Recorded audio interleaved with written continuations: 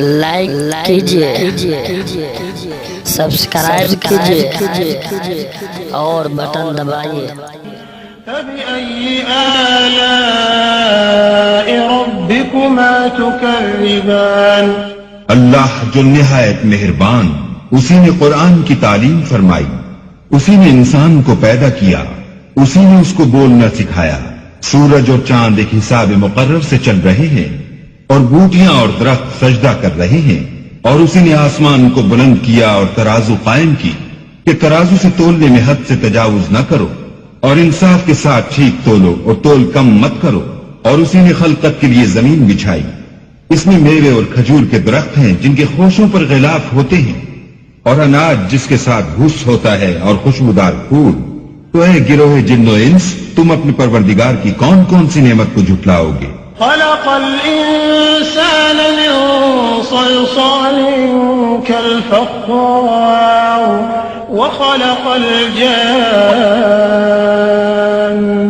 من مارج من نار فبأي آلاء ربكما تكذبان۔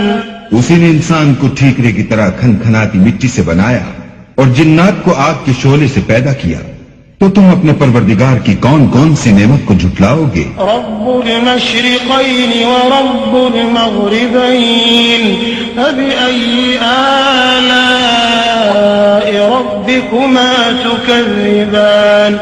مرج البحرين يلتقيان بينهما برزخ لا يبغيان فبأي آلاء ربكما تكذبان۔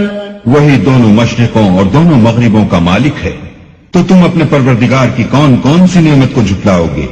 اسی نے دو دریا رواں کیے جو آپس میں ملتے ہیں، دونوں میں ایک آڑ ہے کہ اس سے تجاوز نہیں کر سکتے، تو تم اپنے پروردگار کی کون کون سی نعمت کو جھٹلاؤ گے؟ يخرج منهما اللؤلؤ والمرجان فبأي آلاء ربكما تكذبان۔ وله الجوار المنشآت في البحر كالأعلام فبأي آلاء ربكما تكذبان۔ دونوں دریاؤں سے موتی اور مونگے نکلتے ہیں، تو تم اپنے پروردگار کی کون کون سی نعمت کو جھٹلاؤ گے؟